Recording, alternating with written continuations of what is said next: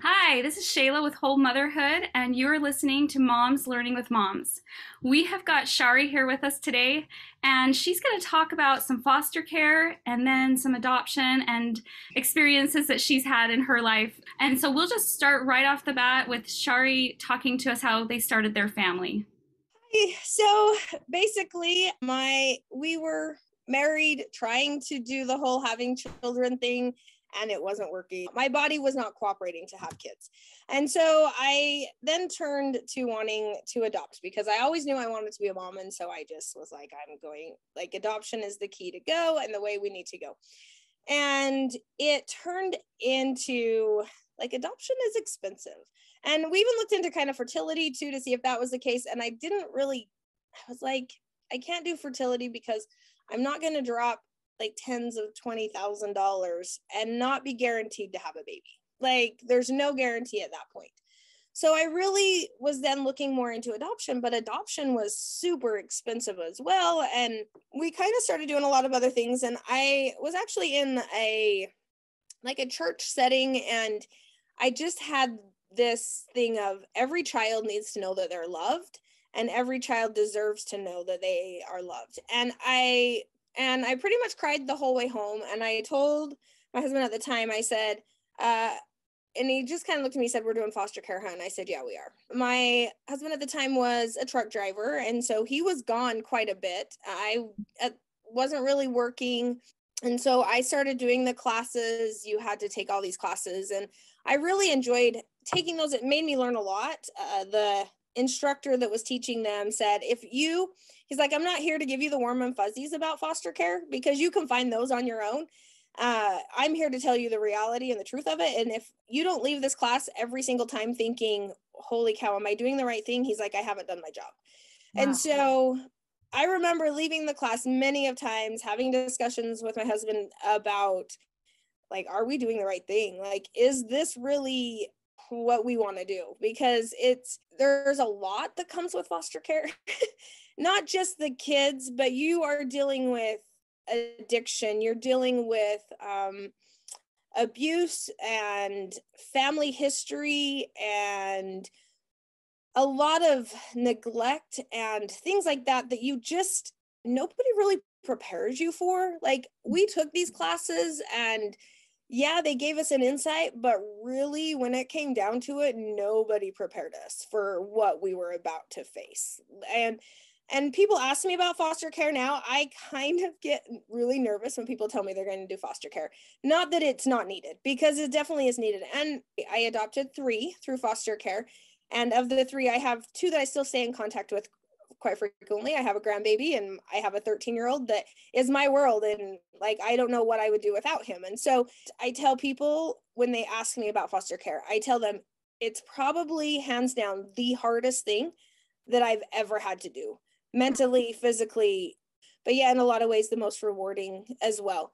We were we had probably about 10 classes that we went, or even 12 that we went to weekly.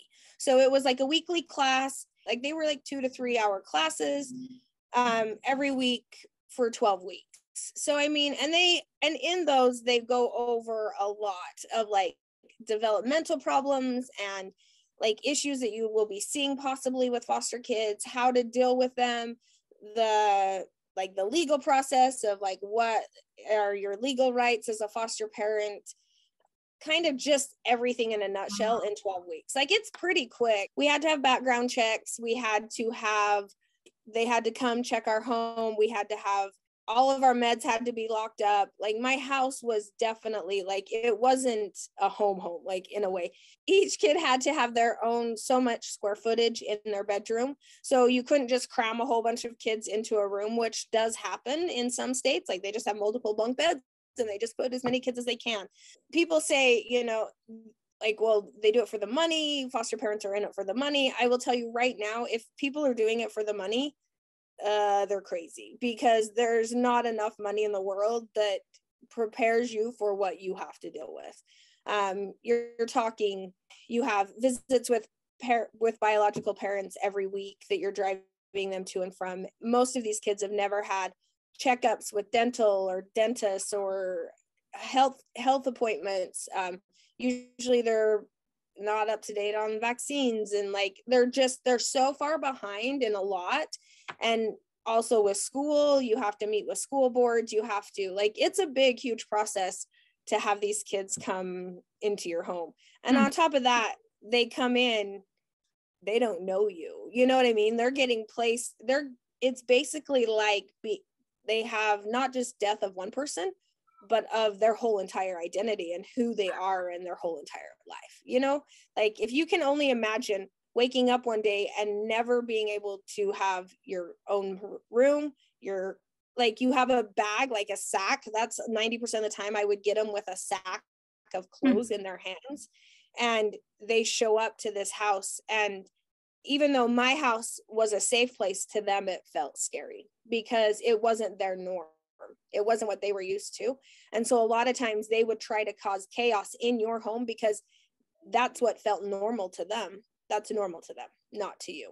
So it's hard. And I give kudos to anybody who does it. And you know, so it's like a process. And then you have people that are coming into your home once, twice, you know, a month, coming in to check on the kids. You have your caseworkers coming in, you have, you know, you're a person that's your activist as a foster parent, they come and check on you. And, you know, it's not like bringing home a baby from the hospital and that's your own. It's a whole big, huge process. So they actually pay you for foster care?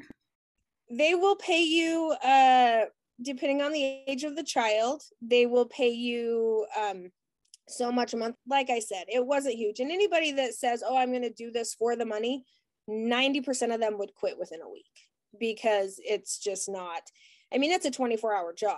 And so you know, and they would pay you for travel. Like you'd have to keep your mileage. And so they would pay you for travel, any travel that you would have to do. My youngest, when we got him, he was actually, his case got moved to Ogden. And so that's why I was able to get it, which was about a 45-minute drive for us to get to Ogden, 45 minutes. And then about 2 weeks into having him, they called me and they said, yeah, he wasn't supposed to be an Ogden case. He's a Bountiful case, which is an extra like hour. You know what I mean? Like it was, so they gave me the option if I wanted to keep him or not. Well, I was already in love with this baby. And so I was like, yeah, no, I'm keeping him. And so we just would make the drive all the way down to Bountiful to then not have his dad show up for visits. Like, yeah, it was crazy, but you know, but they, like I said, they pay you for your mileage. Most of these kids, they automatically get put on WIC. They automatically get put on Medicaid, those type of things. So you do have that you're able to kind of help with as well. Yeah, so our first placement, you just get a call and you basically just get told, you know, like this is the situation. This is the kids that have been removed. If you want to meet them, we can set that up. And so you kind of go into like an interview process. Like my husband at the time was a truck driver, like I said, and he was gone. And so I went and met these boys by myself and I showed up and they were super cute. I took them to McDonald's and we went to the play place. And, you know, it's just weird that people are trusting you with these kids, you know?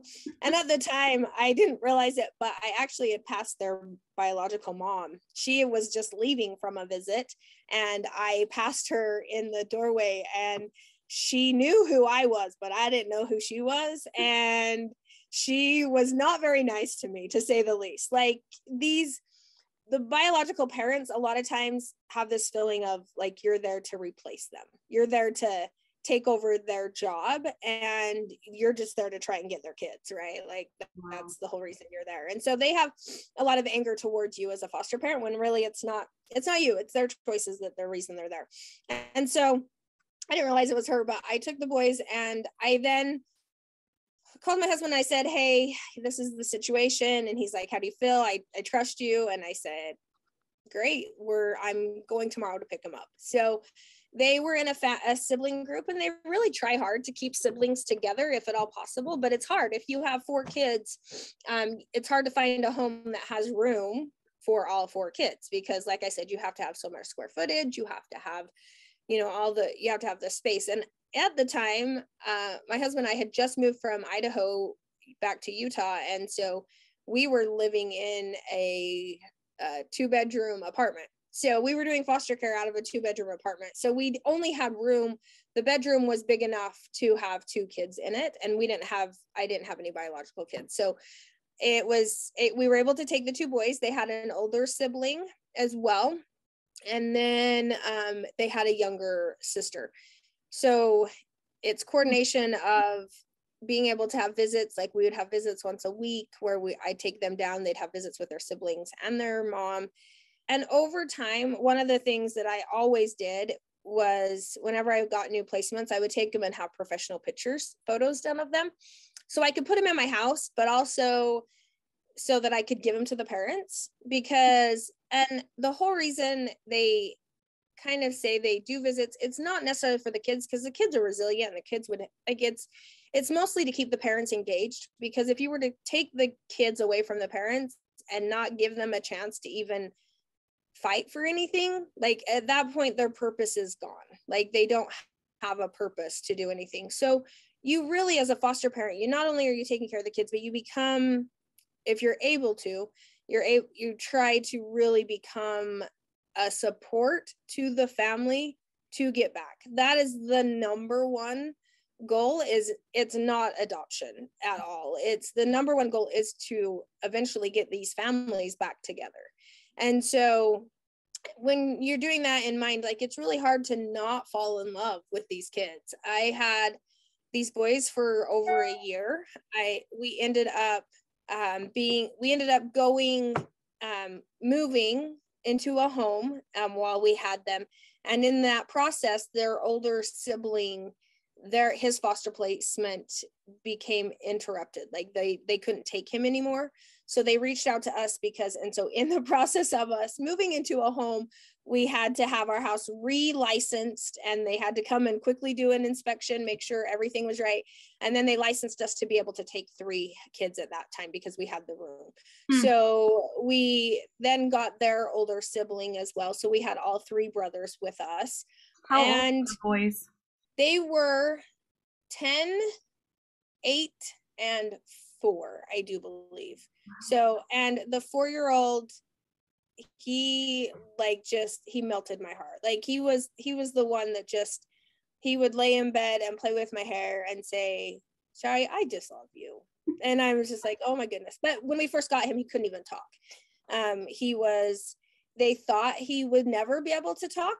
But what we found out is his brain was just going so fast that he never could process the word. So I started teaching him sign language, and that slowed him down enough that he could communicate with us. And then he was able to start talking. It was quite fun. But their mom did what she needed to do. She was really, really good. I said a year. I want to say it wasn't, because I want to say, sorry, there was so much in and it's been a while since I've even said these stories. I want to say I had them for about 6 months, 8 months max, which was really, really fast for foster placements. But they really try. And hers was more, she just needed to get out of a bad relationship and learn that she could be strong on her own. And that's to be able to keep her kids safe. That was kind of her thing. So when you're not dealing with addiction or drugs or things like that, it tends to be a lot easier. By the end, I still keep in contact with those 3. The oldest one he is in the Army and is active duty and just doing amazing.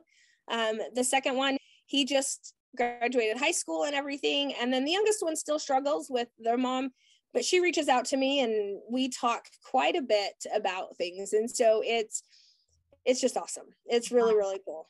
Is that typical that you keep in contact with the kids after they leave? No, not normally. Most of the caseworkers would tell me that I was kind of an anomaly. Like I didn't but I kind of went into it with, I'm here to help the families versus I'm here to point out everything you're doing wrong. And so I ended up, one of my placements, it was a little tiny baby. I was only supposed to have her for the weekend. It ended up I had her for a year and a half. She was like 3 months old when I got her. And her very first Christmas, like, it was her first Christmas. Her parents were not going to be able to be with her on her first Christmas. So I asked the caseworker, I said, hey, if I set up on Christmas Day, like a place out at my parents' house, I didn't want them coming to my home, but my parents had a garage that I said, can they come and have Christmas with her? And the caseworker is like, you don't have to do this. And I said, I know I don't have to, but we're going to be out to my parents anyway. My kids can have Christmas with grandma and grandpa, and she can come have Christmas, and they can invite grandma and grandpa, mom, because it's more than just the parents.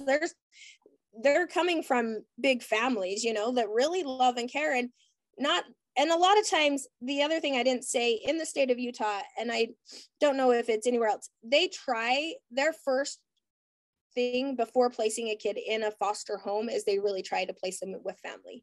They will reach out to multiple family members to really try and keep the children in the family. And so,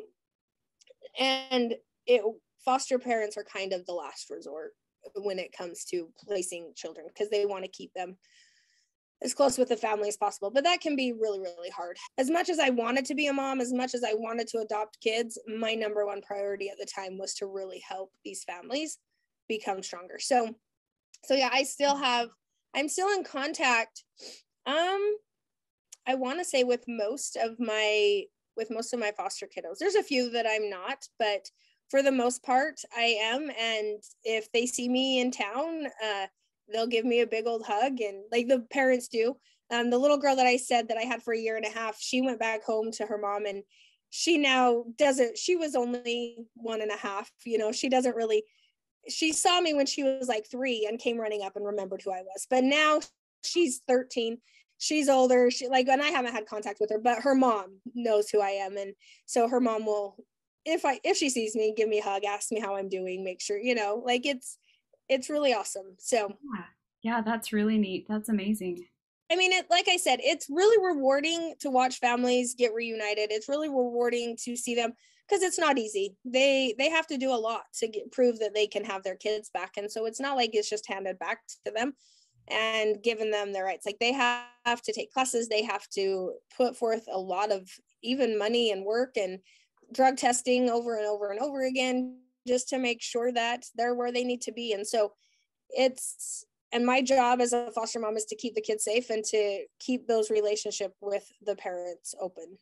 So yeah. That's amazing. And then I ended up getting the 2 sibling groups that I had, or the sibling group that I had was 6 and 5. And I had them for about a year and a half. Same thing with the parents. I really tried to keep an open mind, different things like that. It ended up going to where they just weren't doing what they needed to do to get their kids back. They couldn't keep the drugs at a bay. Like, the drugs had severe control over them, which is super sad to watch. But because of the relationship I had, we were able to sit in mediation. Before going into court, I sat in mediation with the parents and a mediator, and the mediator basically saying, this is kind of what's happening, and to kind of give the parents a choice. Like, yeah, you can still fight and you can still try to get your kids back, but it's going to be hard. Like, you've already proven to the state for over a year and a half that you're not doing what you need to do. But it's up to you. Like, you can choose. And Shari's here. She wants you to know that she loves your kids and she wants to adopt them. And so that's another thing that's super hard, is you have a mom looking at you saying, do you love my kids? And will you take care of my kids? And everybody in the room's crying by the time you leave, and then we walked down to court, and she relinquished her rights that same day. Ended up adopting those 2. And then that was in August. And then in January, we adopted the 3rd one.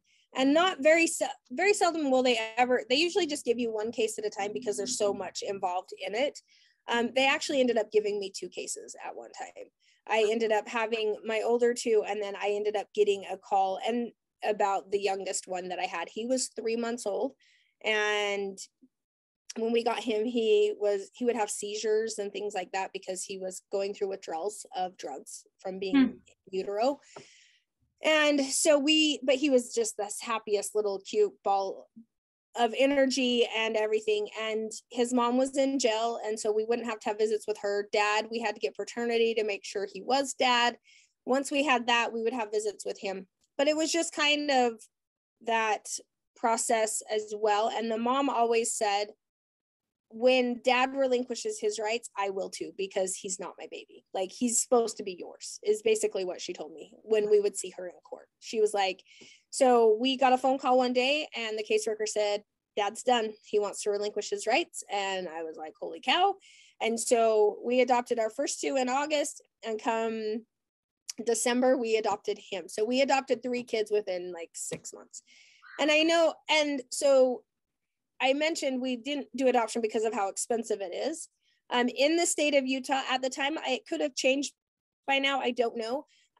They do offer, like, you have to pay for it up front, but then they'll reimburse you for adoption fees up to a certain amount, because you have to have a lawyer, you have to have all these things. So we just had to find a lawyer that had already done adoption by the state, and they knew the procedure of it, they knew how to do it. And so it was really easy to just kind of transition into that role. And it was like pretty flawless to do. The other thing that they do for the state is they look at it's a case by case base, and depending on the severity of the kids that you get. So my older 2, they were a sibling group. There was a lot of mental health issues. There was a lot of drug abuse issues. There was a lot of extra stuff that happened. So because of it, they were able to keep them on Medicaid until they turned 18. So I would continue to get Medicaid. And then there was also it wasn't much, but I got like a certain, like $100 a month for them till they turned 18 to kind of help with the issues that I was going to be facing post-adoption. I honestly don't know if I would do it again. There was so much I went through post-adoption. And I guess now too, I'm in a good place now, and I've come full circle. But to have to go through that again would scare the crap out of me. Like, there's just no way. Like, it was super, super hard, and stuff that most people can't even wrap their head around going through. Foster care is not easy. And I give kudos to people that do it over and over and over again, especially as you bring more kids in and you have more issues on top of more issues on top of more issues. And the mental and the taxing and all of that it takes is just, it's crazy. It's really hard. But then too, I see the families that I've helped and that they have their kids back, and they're doing quite well. And it's rewarding too, to see that. After you adopted those 3, did you keep on having foster children? So yes, we ended up getting licensed to do teenagers, which you have to have a separate license to take in teenagers, because teenagers are a whole different ballgame. So I had to go back and take classes. I did like the teenage classes. And so we were able to get licensed to have teenagers. And so I ended up we did teenagers one time, and I will just say it ended up with me calling the cops to have her arrested due to drugs in my home. And at the moment, like, I had 3 other kids, so I was trying to protect them from her and the stuff that she would bring into my home and the stuff that she would do. I had to be a detective. I learned how to hack phones. I learned how to read messages. I learned how to, and it ended up having to be this whole big investigation. So I ended up having teenager, whatever, that turned crazy. I then got another placement. This was my final placement that I ever had. It was a 4-year-old little boy and his little sister, who was not quite 1 yet. And oh my goodness, They were absolutely perfect. Like, it was great. Mom, unfortunately, was another one of these people that just massively on drugs, and just it's really hard to watch what drugs do to people, and how it just takes over so much and controls so much of their lives. And it wasn't the fact, like, never once in doing foster care did I ever think these parents did not love their kids, because in every situation, in every one that I ever did, I knew without a doubt that they loved their kids, and they really would try to do whatever they could to get their kids back. The problem is when you have drugs involved, it's difficult. Those drugs have and change you and make you believe things that aren't real, and so it's sad to watch and really, really hard to watch. It was going along the lines of termination for her. We had a meeting, we had a court date set up to terminate her parental rights, due to the fact that she could not pass a drug test in over a year. Up until then, like most of my foster kids, and I know it's what I would do to kind of protect myself, is I would put a wall up, right? Like, it would turn into more like I'm watching my sister's kids, or I'm watching my, a friend's kids. I'm there to just help them. I wasn't necessarily mom. Like, I never once put myself as mom. A lot of my foster kids called me Shari. They didn't call me mom. And so it just kind of, that's how it was. And so I would put a wall up in a way, like I wouldn't let myself become mom, because just to protect myself, because if at that point when they go home, like, it's not easy to love these kids unconditionally and watch them through all this and then just send them back to their parents. And I mean, there's transitions, they do transition them back home. Like, they'll go spend weekends with them, and then they'll come back to me for a week, and then they would, they do that as they transition out of your homes. Once I know that the case is going to where I'm most likely I'm going to be their mom, I tend to take those walls down. Like I said, we were going to do adoption. We went down and had a visit. Mom actually showed up for a visit. Her and her little guy had Pepsi together, and she loved her kids unconditionally, and it was great. And on the way home that day, the little 4-year-old, we were just jamming out to Taylor Swift, Shake It Off, and singing the whole way home. And like, it was great. We were having a good time. And out of the back, he goes, "You know what? You know who my real mom is?" And I said, "Who's that?"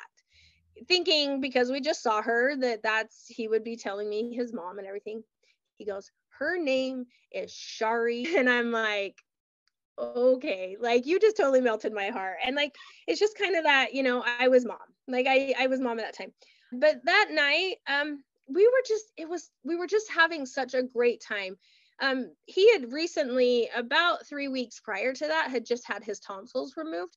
And so the 4-year-old had, and so we'd had a rough couple weeks, and that night, everybody was just happy. There was no fighting. There was no, and anybody that's a mom and you have multiple kids, you take those as huge wins, right? Like, you're just like, holy cow, this is great. And so we didn't end up getting to bed. It was a school night. I think it was like 9:30, 10 o'clock. Like, we were just enjoying everything and everybody's company and stuff. And so everybody went to bed. I, at the time, I was an aide at the school. So in the mornings I would have to get up, and I would take the 2 kids that I had that were in foster care. I had a approved babysitter to watch them while I was at work for a few hours. And so I would wake up, I would get my older kids dressed and ready, and they could walk to school. We lived close enough to the school. And so they walked to school, and I would then get the other 2 little ones ready and take them to the babysitter. And so that morning, it felt weird. It was off a little bit. The 2 little ones, the baby, she woke up, but the 4-year-old, he wasn't up and about like normal. And I just kind of figured, we had a late night. Maybe he was just sleeping in, and that's how things were. I went down, we had a split entry kind of home. And so I was walking down by the front door to go downstairs to the boys' bedroom to wake him up to get him ready. And as I was right there by the front door, I had an image flash in my head, and I was like, it's kind of weird. It's kind of morbid. Like, I'm like, that's not cool. And I used to be an EMT way before I had kids. So I went down, and when I walked into his room, the image that had flashed through my head was right in front of me. He was not with us anymore. The 4-year-old was laying there, somewhat peaceful, but not. I ran over to him and I touched him, and he was cold. And he was already stiff, and I knew at that moment that he was already gone. And no amount of CPR, no amount of anything would have ever helped save him. At that moment, I don't really remember a whole lot. Everything turned into a lot of blur. I know I called 911. I had officers, I had cops. I had to call my husband at the time, and he came home as well. And it just turned into a really crazy thing. Like I said before, I had done really good at keeping relationships open. He had just had a birthday in October. He had just turned 4 in October. And I had his grandparents come to our house to have a birthday party with him. We had gone to see a pumpkin walk, and his grandparents had come with us. I really tried hard to make sure that family was still important because of the situation.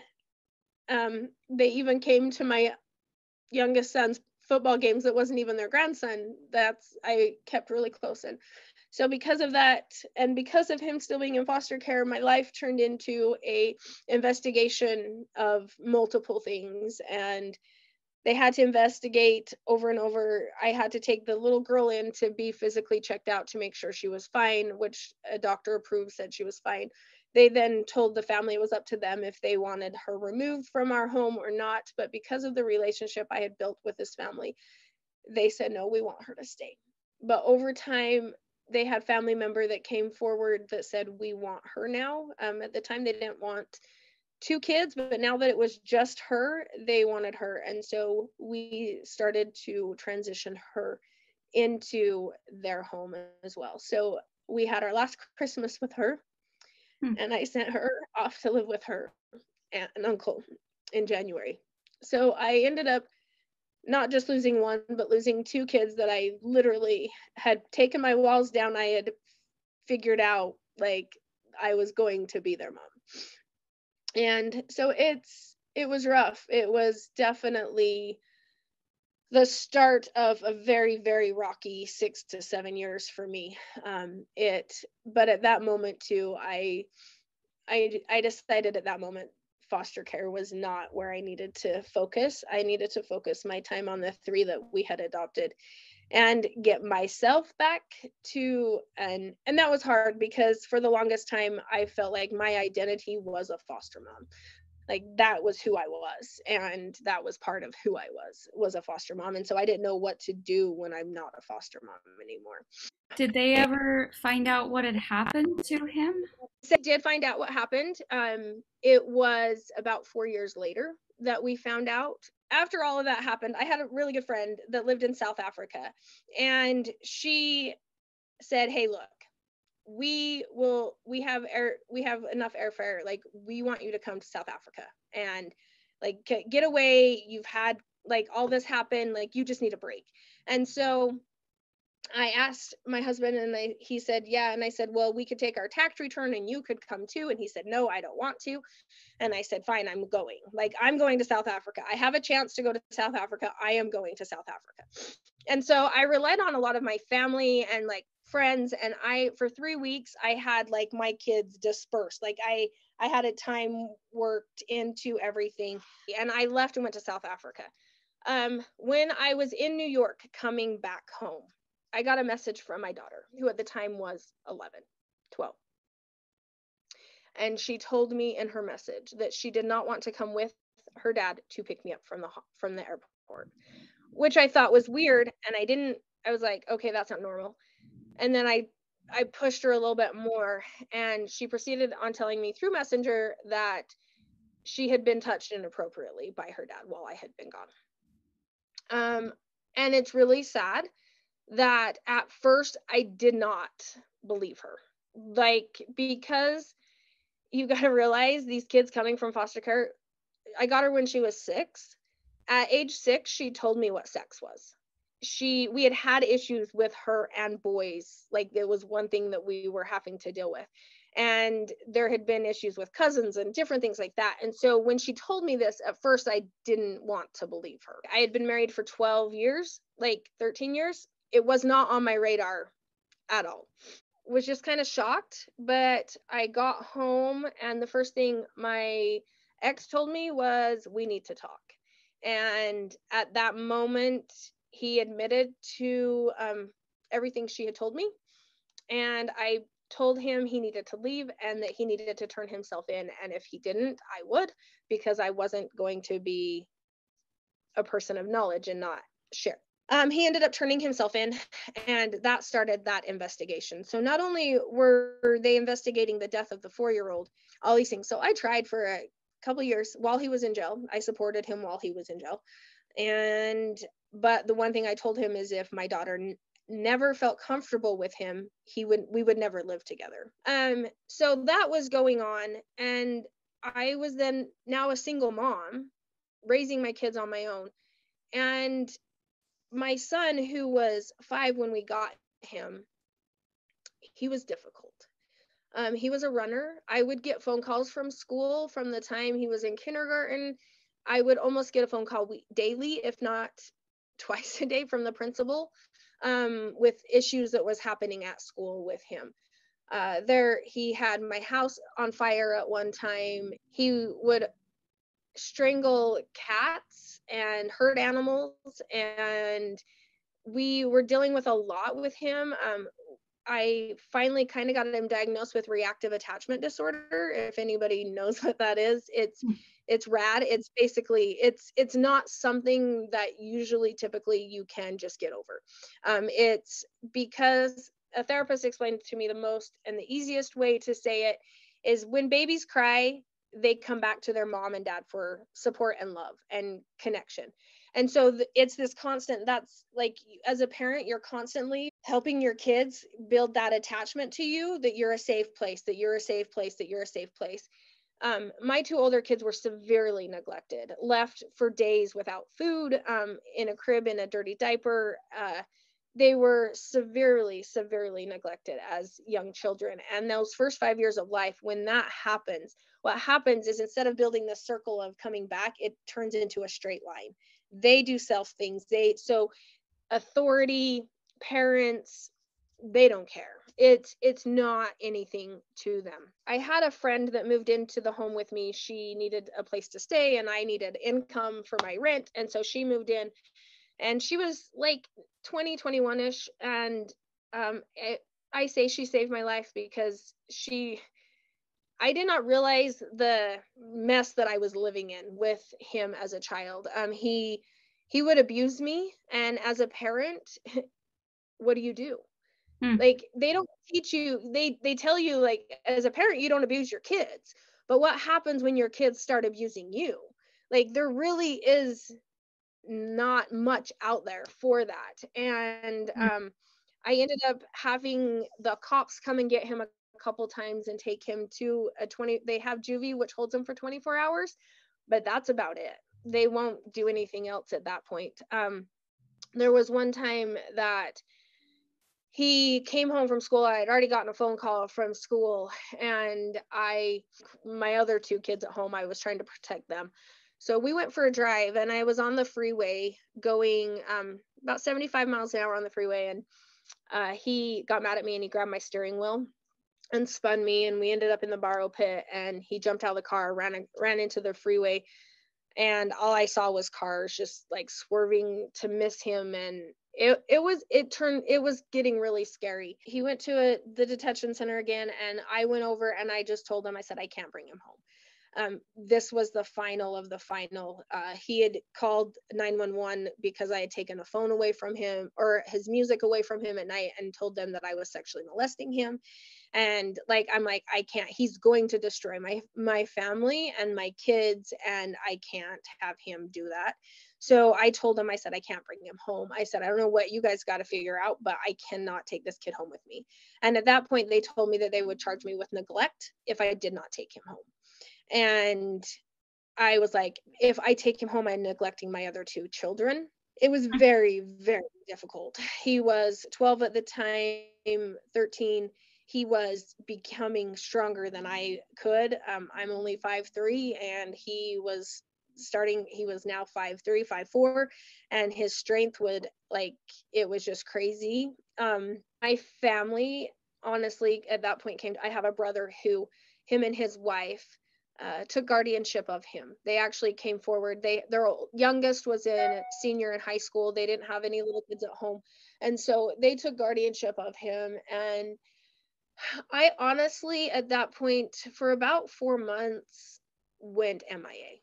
Like, I took care of my kids in my house, but as far as contacting him, I did not realize the fear that I was living in my own home, and the damage that he had done to me, which was really, really difficult. And, it kind of caused a wedge between my sister-in-law and I, because she thought I just dropped him and left, when in a way I kind of did. And I will admit that, but I was mentally, I could not do anymore. So on top of dealing with that, we're still in the mix of me dealing with my ex who's in jail, right? Like, and dealing with my daughter who has been sexually abused now, and all of that on top of still raising a 6-year-old. So that was all going on. I was up here actually in my office one day, and the only thing they had ever told us about, I am getting back to the question you asked about how the 4-year-old passed away. The only thing they'd ever told us was it was inconclusive. They couldn't really confirm one thing or another, and so they just said it was inconclusive. I was up in my office, and I had some detectives show up, and my boss was here, and he's like, do I need to leave? And I said, no. He knew everything. And the detectives looked at me and they said, he probably should go. And at that moment, my heart, like, everything just dropped. And I said, can I at least call my sister? And so I called her, and she ran over immediately, and we were sitting down, and my son had been put in a full, like, after my brother took him, he had been put in a full facility, an inpatient treatment facility, because he had just gotten worse and worse and worse. And so the detectives told me that in a therapy session, my son had admitted to waiting until my ex and I were asleep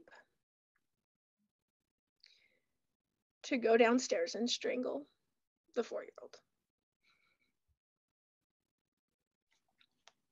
Oh, Shari, I'm so sorry. And as a mom, I think it's quite natural to do the what did I do? Why wasn't I there? What could I have done differently?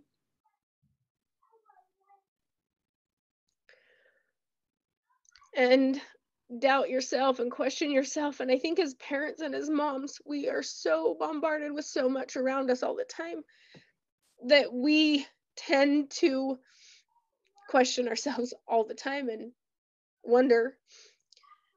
And the sad thing is I see it all through social media and stuff too. I now have a different perspective when I hear of school shootings or all of these things going on, my heart immediately goes to the moms of the people who've done it. I've been that person. I've also been the person on the other end where it's affected and hurt and had that in your own family and had that in your life. But at the end of the day, you just have to realize that everybody has free agency and everybody has choices. And no matter what you do as a mom, your love for them unconditionally cannot fix mental health. It can't fix broken. It can't fix any of those things. But what we can do is we can support each other as moms and realize that you don't know what's going on in a home. You don't. And the first time you start to ever judge somebody for what you think they should be doing, you should take a step back and realize that you don't know. They could be fighting for their life as you speak. Like I said, my little 4-year-old, he had just had his tonsils removed. It was the first night that I had moved him back down to his room. He had been sleeping in my bedroom with me. There was nothing I could have done. My son waited until I was asleep. And as parents, we have the right to sleep. We have to. Yeah. And so it was just one of those, he was jealous. That's all he can explain to us, that he was jealous. He got sentenced and he has been in a facility. He's now 18 and he's working his way out. I have zero contact with him. I just, for myself and my protection, I just had to do that. My brother and sister-in-law still do, and so I kind of get a little bit of updates here and there, but for the most part, he knows that I needed that space. And in the process of all of that, I ended up going through a divorce, picking myself up, realizing that I deserve more than what was being given to me. It took a while of being separated and going through the divorce, but I started dating again. And I ended up getting remarried about a year ago. So my life is a total different, I'm in a total different spot than I ever was. And like I said, would I do it again? If I had a choice, probably not, because it was a lot. And there's a lot in there that I didn't talk about, that I didn't explain, like it was a condensed version of it, but it was definitely one of those things that just was super, super hard. The interesting fact is my husband now has the same name as my little 4-year-old that passed away. I believe in an afterlife. I believe our loved ones are around us. And no joke, I believe my mom, without a doubt, she said, "Shari, it is a dang name. Get over it." And I'm like, okay. And I swiped right. And 3 years later, we got married. And he has probably been my saving grace through so much of this. And he loves me through my crazy sometimes. I'm so glad to hear that. Shari, is there anything you can say to those people who maybe are thinking about foster care or adoption that you could give some encouragement? If I haven't scared them away completely by now, right? The only advice I would give is make sure that you're on board, that as a couple, as a family, as if you have kids and you're bringing other kids into your fold, keep them safe. These kids come from stuff that you just can't ever even fathom or comprehend. Just be cautious. Go with your gut. Listen to it. And if you do end up adoption, the one thing that I wish I would have known more and would have done better is utilize more the post-adoption type stuff. They don't really talk about it. They don't say much about it because I think it costs some money. It costs the state money if you're going to use post-adoption services. But with my older two, I mean, I didn't even go into the fact that my oldest, she got taken to be sex trafficked, and I ended up finding her in Oklahoma, just outside of Oklahoma, got her home. That's a whole nother story in itself. Oh. But she was so broken herself mentally and physically that And therapy only works if you want it to work. And so I've had her in tons of therapy, and it wasn't that. And so you just need to be on your toes. But the one thing with my son that I did not realize is when I was going through all these things, I reached out to Post Adoption. I said, I need help. I need help. And they said, why are you just now telling us this?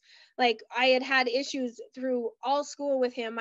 And they said, we can't just all of a sudden take him out of your home because you feel like it, because I had not documented with them everything. And so I think that's my biggest thing with when you adopt through foster care, if you're going to adopt through foster care, is to make sure that you keep that post-adoption stuff. Like, you inform them, you keep them aware of what's going on in your home, even though they're now your kids and you've adopted them. Wow. The state needs to know, because if it comes to the point that you don't know, I guess the hardest part is you cannot change crazy. You cannot love the chemical imbalance in people's brains, the mental health type thing. And a lot of these families, it's a generational thing. It happens. These aren't kids that are just being first time removed from a home. These are kids that are, their parents were removed, their grandparents were removed, right? Like it's a generational thing.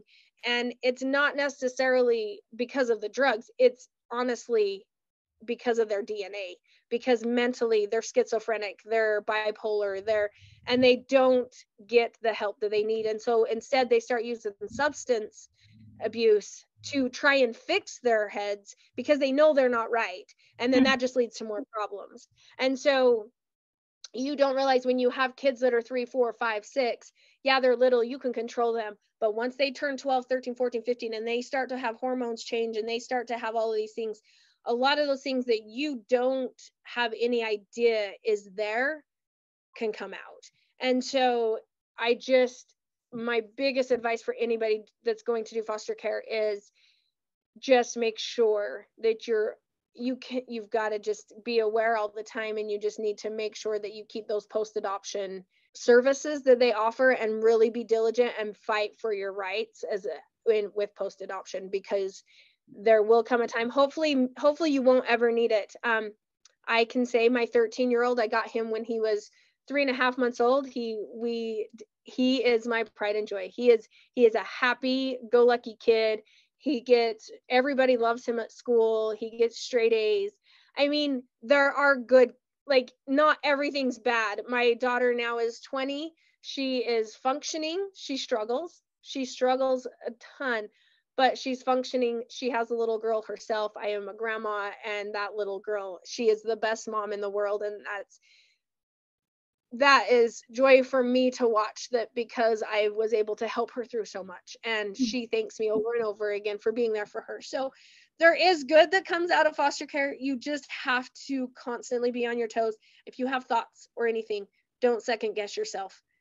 Take action, and don't sit there and think, oh, well, I should be able to handle this, because there's a chance you're not going to be able to. So Shari, that is so good. Thank you so much for talking about all of this.